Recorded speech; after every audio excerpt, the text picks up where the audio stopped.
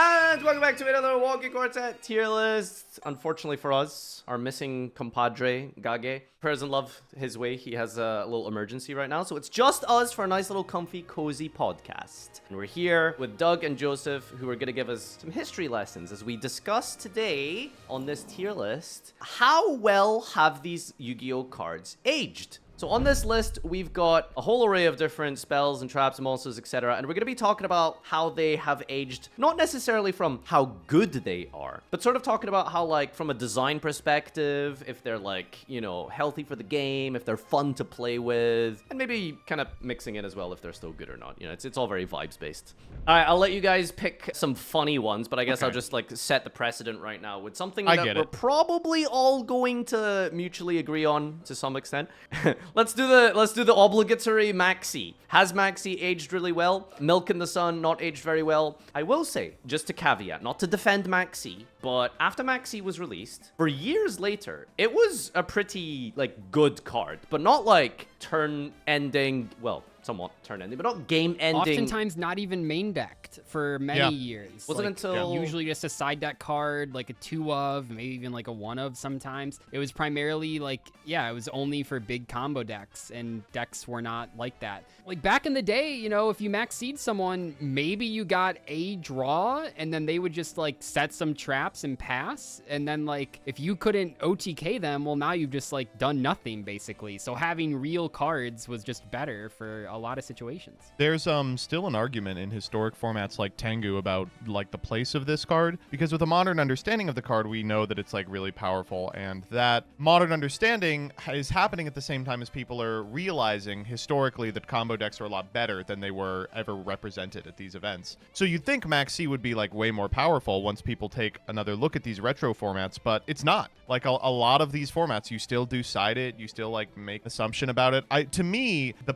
point where Maxi became like capital G good and a mandatory max inclusion in the main deck until it stopped was right after Duelist Alliance, when like the concept of a combo deck changed, and like every deck from then on out had the capacity to just kill you if uninterrupted. And I think Satellar Knight strikes me as the last deck that could play around Maxi in a really meaningful way. And since then, you know, it just has read I win the game. For that reason, I guess I would say it's aged really well, just because it wins you the game immediately. I'm sorry, not to like... Was it played in Duelist Alliance format? I feel like it was. It was side decked a little bit. Yeah, like not like No. Sorry, I think people should have been playing it more.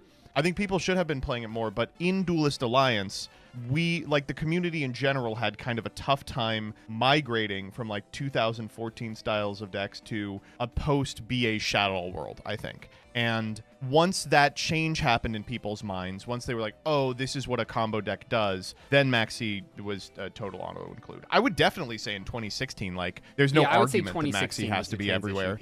But, like Inov was 2016, right? Like, people were playing it against, like, totally awesome decks. Like, for sure, Maxi was crazy good then. Because that's when it got limited, too, was, like, early 2017. But it was played way early before then, too. I'll look up some Duelist Alliance decks. Maxi was released, I believe, Storm of Ragnarok, which was end of 2011 or 2012. Yes. Yeah, so it was specifically designed to beat the 6-Sam deck, right? Yep. So when you consider the fact that it was not a, you know, staple auto win until probably 2017, 2018. No, way certainly before that. Staple auto win by 2016 for sure. 2016, it was seeing a ton of play. All right, well, where are we putting this one? In terms of like health, well, it's aged crazy. It's like the greatest card of all time. Yeah, I guess it like depends like how you want to like define this. Because when I'm saying like aging well is like, no, from a design perspective, it hasn't aged well, but for a time period, it did age well. So it's sort of in the middle ground, isn't it? Well, no, it's just depending on. Do you mean aged well? It's too good, or aged well? No, we're not talking about power. We're not talking about power. We're talking about like design. I don't think the design has aged well. But it's only gotten more oppressive. But that's what I'm saying. I'm saying for a while, almost half a decade, it aged pretty well, right? From 2011 to 2016. I mean, that's 5 years of a card being pretty decent, well placed, not too broken, but good, but still. Yeah. You know what I'm saying? I mean, this ended up being a hard one. I thought we'd do the easy one first, but it actually isn't that. So I think the design has not aged well. Right. Because now it doesn't do what it originally was Exactly. designed to do. Yeah. Box out combo decks, now it just reads win. Yeah, Yeah. pretty much. Even Yeah. Okay, I that's a good way to say it. Like if the purpose of the card was to box out 6-Ham, it's been super successful because I haven't seen 6-Ham in forever. But it's also Correlation, like, definitely causation. not accomplishing. Yeah. It's not accomplishing its goal of preventing people from playing big sexy combo decks. It's just given big sexy combo decks a second thing to do when their opponent starts their turn. Yeah. All right, Cool. Doug, pick a card. Evenly matched. I'll talk about evenly matched. Yeah, what do you that's think a about tough evenly?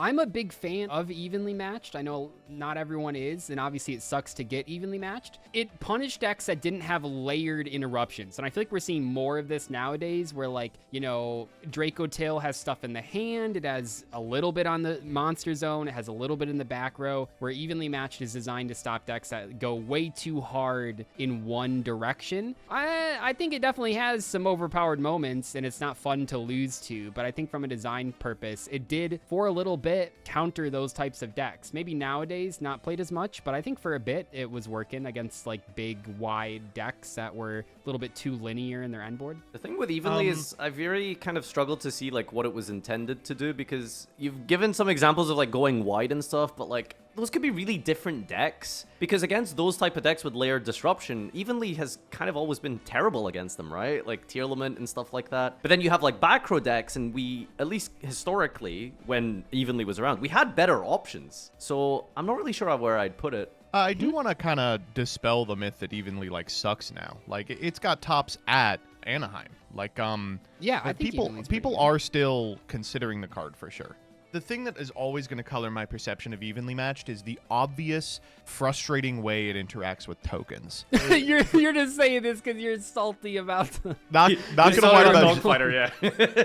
not gonna whine about a generator or whatever, but I will say it is definitely frustrating that this card that was designed to like equalize a going second board actually just automatically wins the game against any strategy that ends on a token for like an annoying ass game mechanic reason. You know what I mean? Like I think that sucks. That's just come like up so little. I don't know. I don't disagree. I don't Like, think that's true Adventure at all. was it huge, came right? up a ton in Adventure, yeah, where you would just like have the token and be like, "Oops, I guess I lose." Yeah, if you baited out the Griffin, it was just game over. Well, I think from a design standpoint, the thing about Evenly 2 that maybe hasn't aged as well in terms of it's a bigger downside that it was. It's like, okay, you can get a super efficient, really strong removal card, Right. but you won't win that turn because there's no battle phase. And I feel like they've done that with Dark Ruler No More now as well. I think those are interesting trade-offs, you know, giving Where I huge... like- It's actually kind of interesting you described Dark Ruler No More here, because you started this entire thing by being like, evenly punishes decks that go wide in one direction, right?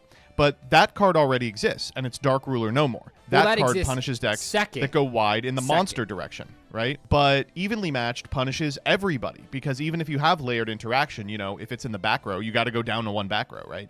It's one of those cards that, like, every time it's playable, I am frustrated by its existence, and there's, like, these weird unintended consequences, and more often than not, it just sucks.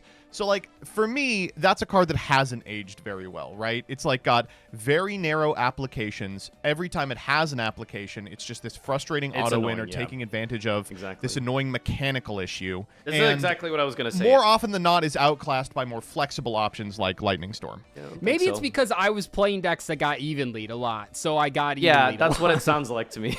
But sound off But in that means chat, that, do like, you play that means decks if I that go to a haven't tournament- gotten even lead? Every deck can get even lead. Right, but what I'm describing, Nadir, is that if I go to a tournament in like 5 out of 8 rounds I get even lead, that means 5 out of 8 of my opponents at least were playing evenly. Therefore, What it deck was were you possible. playing? Altergeist. Right. Well, But do you see what I'm saying? If I got evenly a lot, that means a lot of people were playing evenly. Yeah, I see what you're saying. yeah. All right. So I think for the reasons Joseph mentioned, I don't think it has aged very well. Like, it was strong and stuff, but it was this idea where have a disruption And is or you still cannot- strong, to be Yeah, clear. exactly. And it's not like fun to play against either. That's So, true. I don't know. That's the other thing is, like, it feels like with Lightning Storm, with Dark Ruler No More, there are mechanisms by which you can integrate, like, layered interaction to your combo board or whatever. It's, like, Evenly's just one of those cards where it's like, either you count up your number of negates and you have a way to stop this, or you don't and you lose. Doug picked evenly, right? Joseph, you want to pick a card? Yeah, I feel like I have to do Malicious. Oh, this is going to be exciting. This card is fucking horrible. What do you want me to say? I guess I'll give you the spiel that I always give people when I talk about Malicious. Is we all remember Malicious on the ban list at 2 for 10,000 years, and finally it got released to 3 and did less than nothing. That's firstly because Hero as an archetype has just done one thing for the last 6 years. It's this big Omni slop pile with 45 garnets in it. And as soon as you start building the deck and optimizing towards a specific end board, these are the first guys to come out. And that's because in the years since Malicious was some sort of boogeyman, every single card that has been printed beats this card. It's like the Bestials eat it alive. Fualos eats it alive. Ash Blossom eats it alive. The Shufflers ate it alive. Like every single thing that's happened in the last 5 years specifically beats Malicious. So I don't know. One of the worst aged cards of all time. Well, I would say too, the reason Malicious was so strong back in the day when it released before Synchros and then also after Synchros was that it was just the easiest way to get a level 6 on the board, like by far. No one did that. No one did that. So like when it was released, it was like, Destiny draw and then summon a Monarch or whatever, or even just chump block with it. And then like Synchros get released and it's the best way to summon a level 8 Synchro basically. Yep. And it's like nowadays every deck just has like, sure, Malicious isn't once per turn. Sure, theoretically you could recycle it, or you could just play like a good deck that just summons a bunch of monsters that do stuff on the board instead of just being vanillas. So you know it what's should funny? Be a really a condemnation of Malicious that they released a new Destiny hero in Denier that lets you Malicious 5 times and it's still bad. Yeah. See, it's very funny because the way you guys are describing all of this is exactly why I've loved Malicious over the years. Anyway, let's move on.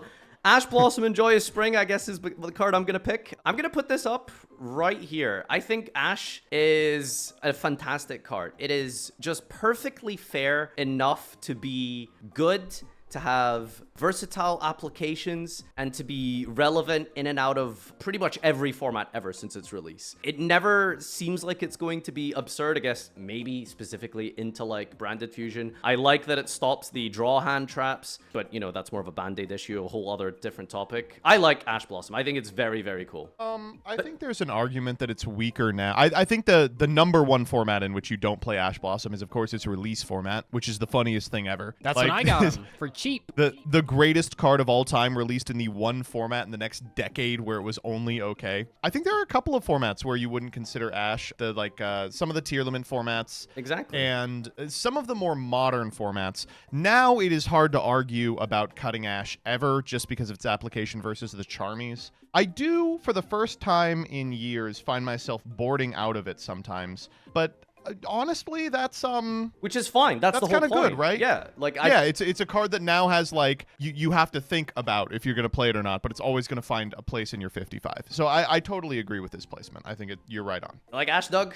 Oh, yeah. No, I think I agree with what you guys say. I think it's like a load-bearing wall a little bit where, like, it forces every deck to have, like, a second play, God forbid. And there's a lot of older formats, too, where, like, if Ash just existed, maybe the top deck... Like, I think about Ash and Nekroz format. Maybe Nekroz wouldn't have been so dominant if at least you could, like, Ash something. I think a card can both be an auto-inclusion 90% of the time and also not overpowered. I think that a card can be, you know, just a good card. Like, would you say that MST was overpowered when everyone was, you know, it's like one of those cards that, like, it just, it exists. It's at 3. It's a card you have to factor in when you're building, when you're playing, and I think that's okay.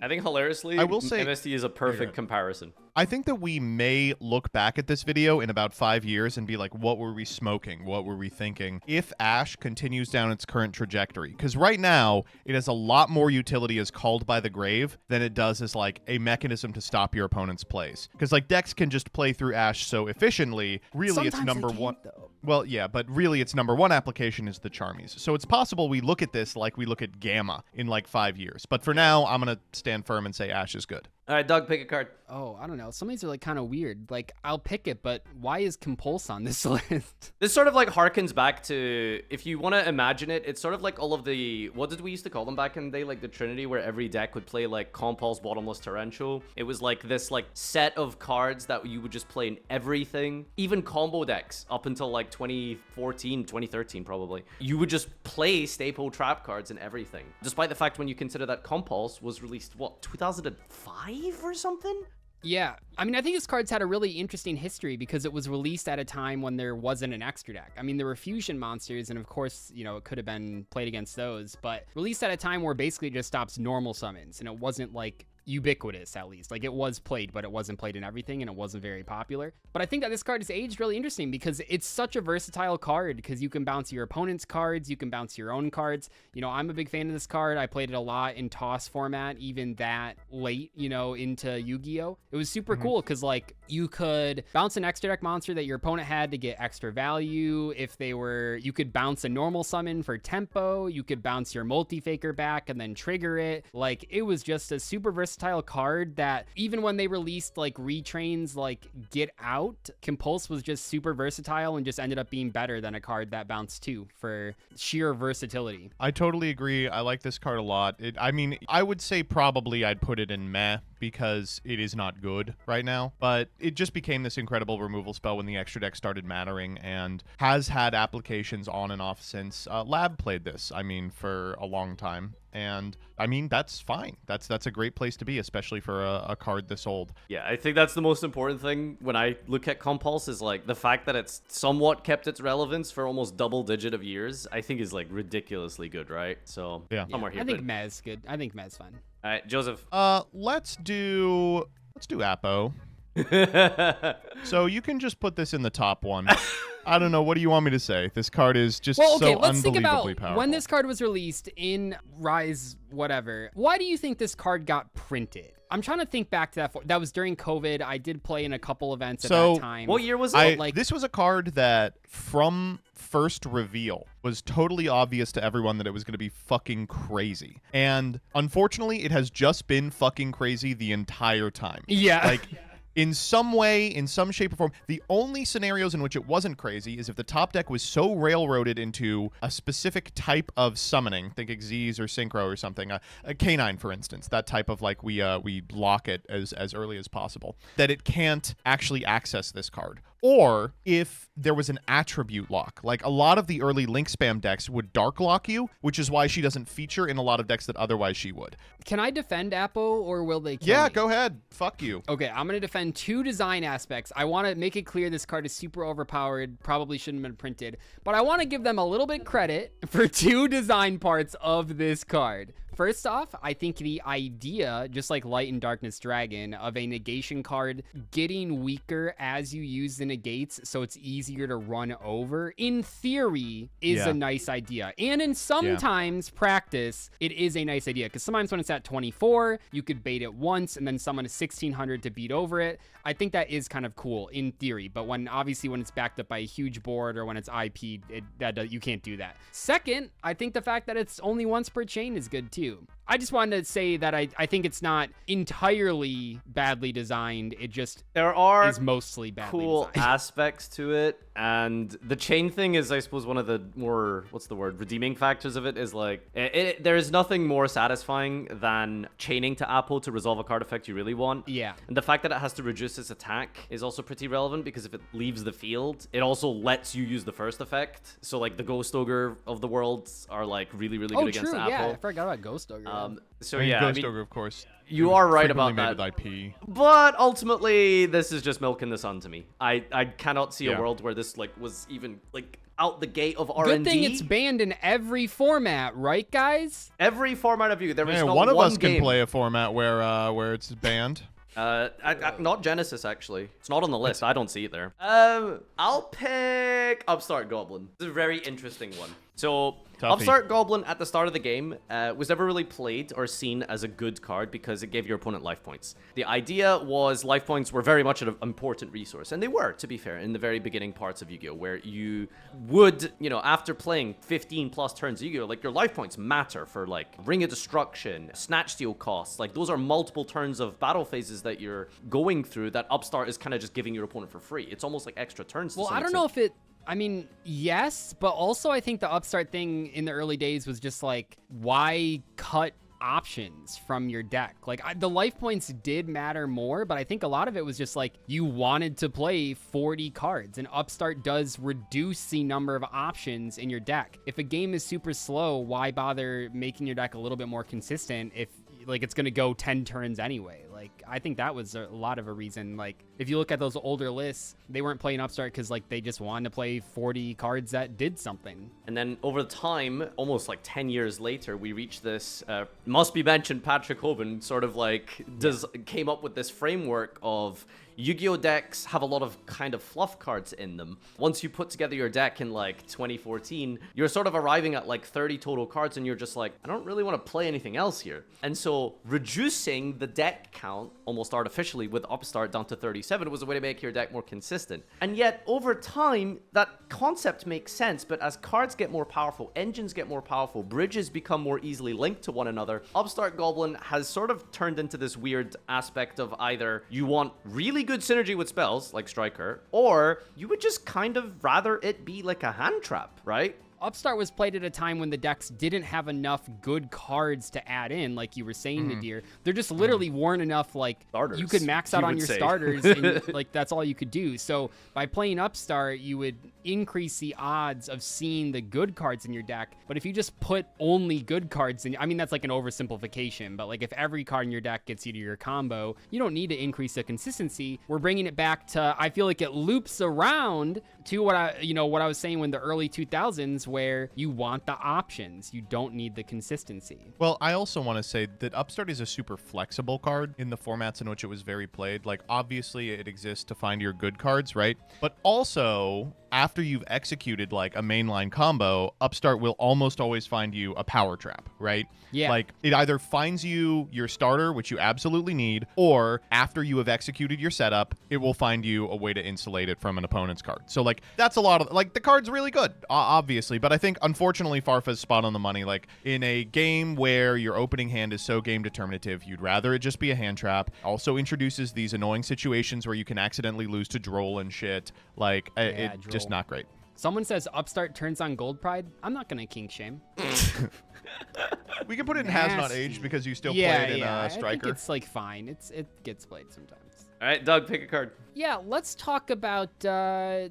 I mean, we've talked about this card a lot in the past, but I'm always happy to talk about Pot of Duality. Pot of Duality, a card that on release was $100. $10,000. basically a staple, at least two of, usually Whatever you could three of afford. in every single deck. It's actually very similar to the card next to it that we'll talk about in a moment, Pot of Desires. We're talking about pot cards that debuted at $60 to $80 and were staples in virtually every deck if you could afford it. Yes, like, I've talked about this in the past. I'm sure you guys have experienced in the past. There was a long time in Yu-Gi-Oh! Where if a deck just had a searcher, it was considered, looking at. It was worth looking at. Like, the fact that Stratos existed, it's not just that Stratos was a good card. It's that Stratos was one of the only searchers for a long time, and it could search all sorts of different stuff. So Pot of Duality gave all these different decks consistency. And yeah, no special summons, but if we think back to talking about Maxx earlier in this video, you could wait. Your opponent wasn't going... You know how many times... I mean, this is a little bit past Edison, but in Edison format where you just pass turn one or set a monster and pass or do nothing, because your opponent has a very low chance of OTKing you. So Pot of Duality was perfectly fine. No, even in combo decks. I agree. I remember very specifically when I first started playing, I tried to build like a Cyber Dragon deck, which is an OTK combo deck, and I was playing Duality because the format was slow enough that you could just find your combo pieces, wait, and then try and pop off. Yeah. But over time, I mean, we will just never see it again, right? The special summon restriction is too much. It will only be played in decks like Flu, henceforth. Flu and Stun. Yeah, we'll probably never see this card ever in like a regular deck again, which is sad. Where would you put it, Joseph?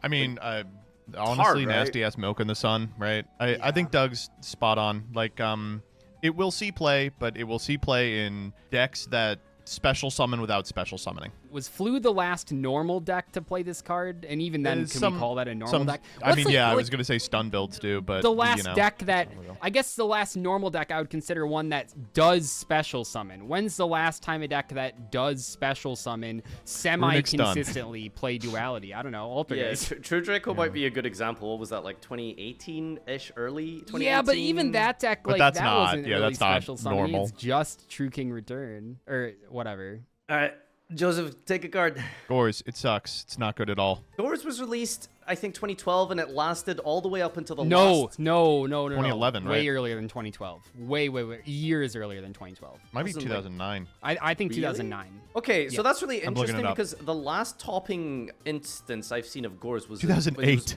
It was played in Mermel in 2014, I recall seeing it. It did last a decent amount of time. I think maybe even some Dragon Ruler lists had it. It served its purpose, and I think it was a really good card. But the problem is, like, the battle phase is somewhat just not relevant anymore. You just do so much in the main phase, right? Well, So- I don't even think necessarily think that's true. The funny part about Gorz is I just think it's been crept. Like, I think if you want to prevent your opponent from killing you into the sun, there are better options to do it. And, like, Nibiru is kind of exactly Gorz. I think the Biru is the new regard. Gorz. I think that's a great. It even summons a guy and a token. I think it's a great example because, like, part of the thing that Wait, with hold Gorz on, was you're that cooking the there. Tokens. I were- never really thought about that. No, like the thing with Gorz was First that genius level MBT thought. the fact that Gorz, I mean, we talked about Mali earlier, and Gorz was played around that time as well, where, like, summoning a level 6 monster for free was pretty cool. How about summoning 2 big-ass level 7 monsters? Like, Yeah, it was you know how broken. many, like, this card's a huge swing in Edison, and, like, also, anyone that played during this time period, I think we all still attack around Gorz, even though it's never gonna happen. But, PTSD. yeah, oh my god, dude. You do that once, and you remember forever. You think it's not aged well, Joseph? Yeah, it's Yeah, I mean- not anywhere, yeah. Unfortunate. I will pick Monster Reborn. Monster Reborn is a weird one because it was limited to one, I think, as one of the longest lasting limitations in the history of this game, alongside like Yatta, BLS. Like, it was on the list for so long at just, you know, 1 copy, or even banned for a while. Isn't it still at 1? It is still Yeah. at 1, yeah. I think this card could be a 3. Would anyone play it at Well, yeah, 3 the copies? reason they I don't put know. it at 3 is because it's iconic. Yeah, yeah. See, like, Okay, sure. Like, normally I would agree with you, and for a time period I would agree with you. But now we have, like, 3 Regeki, 3 Dark Hole, like, that kind of shit. That's different. So that's I don't different. know why No, it's that's limited. different. No, So- that's it'd be like unlimiting the Exodia pieces. I think the logic is that... Okay, fair. It's weird to analyze, but I'm pretty sure Konami interprets, like, some things as, like, one-offs, right? And, like, it might not be for power reasons. It's just cool that there's a one-of Reborn in a deck you could rip, theoretically, right? Maybe. But now there's, like, which is seen play in Genesis, the quick play spell version. The quick play spell Monster Lord Reborn is actually really good too. Like, It's, obviously quite it has drawbacks or whatever, but no, I mean, Reborn would not be played at No, 3 it's copies. I way think better. you guys It's are right. way better than Monster Reborn. Yeah. For many years from its release, which was starter decks in the West in, like, 2002, I want to say, until... did it ever get banned in TCG? Was it always at 1? Yeah, it was banned in 2013. Yeah. Banned in 2013? That's crazy. So, I mean... It was banned on the, absolutely big ban necessary, list by the that way. TCG and OCG diverted. It's like it was like a huge fucking problem in a lot of retro formats. It's like, oh good, Reborn, now I fucking die. No, it's a real issue. Worst feeling in the world. Your opponent draws a card and then says, "Can I check your grave?" Oh, dude, the fact that it summons from Terrifying. opponent's grave is quite unique. You know, that's also It is. a cool Can aspect. I say this though? Monster Reborn is like, this is Yu-Gi-Oh, right? Like, it's a Yeah. one of that does something crazy that, you know, Yu-Gi-Oh is all about big comebacks, and I think Monster Reborn is like one of the most Yu-Gi-Oh cards, if that makes any sense. No, yeah, for sure. If you were to have, like, iconic cards, this is, like, up there with, like, Blue Eyes and Dark Magician. It might be the most iconic spell in the entire game, really. Second to pot agree. Yeah, Pot agreed, it's true. It lasted really long. I don't know, you could say it aged very well in some sense, but obviously since, like, 2015 onwards, you would never play this in a deck, really? I mean, I don't know, it's seen some play. Some Dragon Link decks played it for a short period of time at the start of that deck. I but- definitely played it in Zoo and Master Duel, because just bringing a Zoo back to make Warble for Zeus was insane. But other than that, I mean, People just don't play cards let's- that take any setup anymore. Let's throw it in meh. The Yeah, let's easy put it meh. in that. Doug, I think, is next. Pick a card. I have too many draw cards Yeah, here. this one's kind of interesting. Let's talk about Solemn Judgment. Oh, yeah. I think Judgment's had a really interesting history of not being played and then being played and then not being played and then being played and then being 'cause limited. I remember when this card came back to 3 in toss, because I don't know if you guys have heard this. I was playing an Altergeist deck. Really? When it went to 3, and it was so interesting because I thought it was fucking crazy at that event. But also, in a lot of situations, Strike was just the better card, because in an environment where monster effects are happening in the hand and the grave, or, you know, even on the field, but they don't take a normal summon to get there, like, it wasn't, I mean, it was very good, but it wasn't like a staple in any decks besides trap decks. But I found it interesting getting back into Yu-Gi-Oh! Around the time that Judgment is now limited again. Like, I find that interesting. The amount of times this card has gone from unplayable to playable, back and forth between 3 and 1. I think it's interesting that this is now at limited again. I would probably make an argument that this is the absolute best aged card on this list, like more than Ash. Like Ash started crazy, right? You would board it in against True Draco as Zoo, but otherwise didn't see play, and then saw consistent play throughout her lifetime. Solemn Judgment, again, Doug said, a card that wasn't historically played, and now, you know, with the understanding we have, there is a deck functionally enabled by this card specifically in Warrior. But, you know, going back and forth from playable to not playable, that toss format is really interesting because, like you said, the meta matters so much for it. Strike was the better Judgment for a long time because all you cared about is monsters. And the reason that I think Judgment was so powerful in the modern age is post-board, obviously you go first. You guarantee you'll be able to stop an opponent's summon that could be, like, mission critical. But also, it's a mechanism by which the first player can beat the powerful tools built for going second players, right? Like, this beats Lightning Storm. This beats evenly matched and stuff like that. And it does so in a way that closes the chain, which is super important against like potential negates. Like, I think this card has probably aged better than anything else on this list. And it's cool that it's at 1. At 3, it was kind of annoying to be like post-board. You'd be like, well, I just hope they don't draw Judgment. But yeah, love this card. I think it's super, super interesting. I'm really curious why it wasn't, I feel like in very recent years where Judgment was just like a complete staple 3 of in the side deck for going first. Some decks obviously would play, but it felt like it wasn't like, you know, you wouldn't have like combo decks putting in Judgment for going first. Well, because it's not like a starter, you know, or an extender. Yeah. But, you know, I think as decks have gotten more and more consistent over the last like 2 years specifically, it's become so much better because you can just, you know, you're going to combo. So you want to draw a non-engine too. Well, and as decks have become more capable of playing going second, right? Because like it was in like 2017 and 18 the case that if you set up your first turn board uninterrupted, you would win. Like you would just have 6 negates and your opponent would have 5 cards in hand, right? So like you would win. But now decks, maybe your deck can play through 2.5 negates, right? And so you can make up the difference with a Lightning Storm or something, which has made cards that interact with those cards more valuable. And a lot of those cards are like, you can't activate a monster effect in response to this. The Metal Tronuses, the Dark Ruler No Mores, and that's where Solemn Judgment shines. I mean, this card fucking rocks. I love it. I think it's above Ash for me. All right, Doug, you want a deal break? Where do you want to put Judgment? Yeah, you can put it up at the top. I think it's a cool card. I think the counter trap is cool. Yeah, I mean, I think it's a very iconic trap. Probably not up there with like Mirror Force and stuff like that, but definitely top 5, you know, known trap cards. And I'm always happy to see a card that was released, you know, 20 years ago, more than 20 years ago. I mean, Jesus. But, you know, it's cool when they see play still. All right, let me run through Desires really quick. So for a lot of similar reasons as a lot of the other draw cards, Desires was very unique in that it sacrificed a quarter of your deck to draw 2 cards. And it really asked the question, what would Yu-Gi-Oh players sacrifice to draw 2 cards? And unironically, it was, you know, a quarter of their deck. And it was completely ridiculous. It was broken. It was played in pretty much every deck up until, I want to say, maybe like 2017, where people started realizing that you're not going to need 10 cards from your deck because the game isn't going to last that long in the first place. Crazy concept, but that was relevant from, you know, 2016, 2017 until, I want to say it was the release of Rapier that really sort of threw this card. Well, I think it might have been the release of a card that's on this list called Ash Blossom and Joyous Spring. I mean, I would still play Desires in a Ash format, right? Right, but I'm saying like Zoo played Desires. Like, Zoo played it. Yeah, they like, did. Rap here wasn't even, like, the problem. I think it's, like, a problem when you get to, like, Orchest format, and it's, like, you need the symbol skeleton. You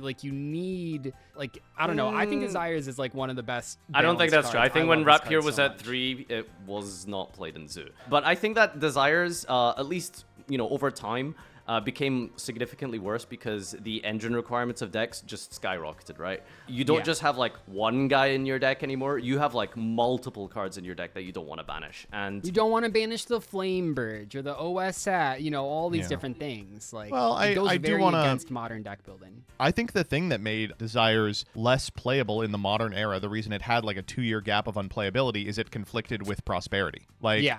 Prosperity was just a better card in 99% of decks. And so it locks you out of drawing, so why would you play Desires? And so once Prosperity got limited, people then reevaluated. They were like, do I want to be playing Desires or not? And some people, like Ryziel, were like, yes, I do. But a lot of people were like, no. yeah. The card's still really good. I do want to be clear. It's still quite strong. You should be considering it when you're building a deck. Yeah, I think it's really good. It's just like, I think too many decks like probably have way more engine than they'd like to sacrifice. Like, obviously, you never play this in like a Fiendsmith list or something, right? It would just be like in something that has multiple 3-ofs as engine, like Ryziel and Sword Soul. So, I don't know, for that reason, has it aged well? Yeah, I would say it's Meh. aged well. I think this card's really cool. I really think Pot of Yeah. Desires is one of the most well-designed cards. I don't know. Who wants to take Bagooska? This card is fucking annoying as hell. I guess you could say this is aged really well because it's now really irritating. No, Bagooska... Was it made after Lynx or before Lynx? What a After. good question. I think it was after, but that can't be right. Was it 2017? I'm looking it up. Yeah, Circuit Break, same set.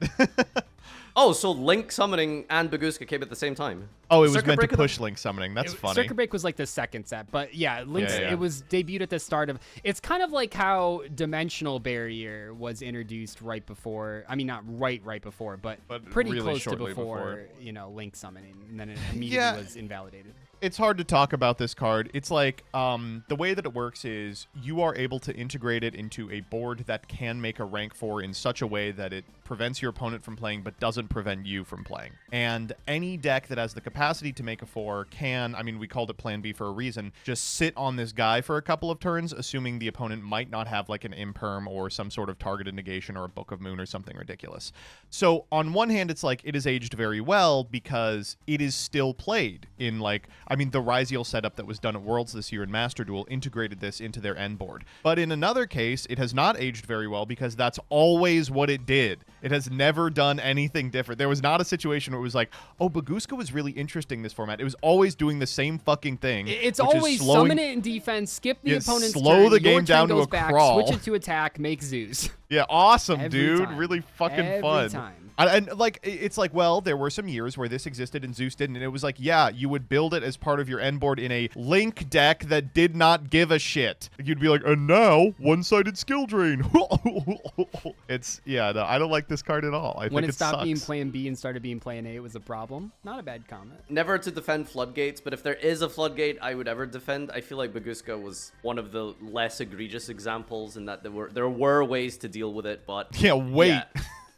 Yeah, right, but I think that's fine, right? To some extent in some game states where if it's specifically plan B, right? Where like you're trying to crack your opponent's board, you can't really get through, so it's like, okay, 2 level 4s, Bagooska, let me try get to next turn, right? So very specific situations like that, I think it's like kind of cool. But yeah, for the most part, it has just been used as like an auxiliary like Link format end board, right? So that's not really cool. So where would it go, I guess? Not very well. I would put it in meh. Is this banned in the TCG, by the way? It just got Or banned no, in did Master this get banned Duel. in some format?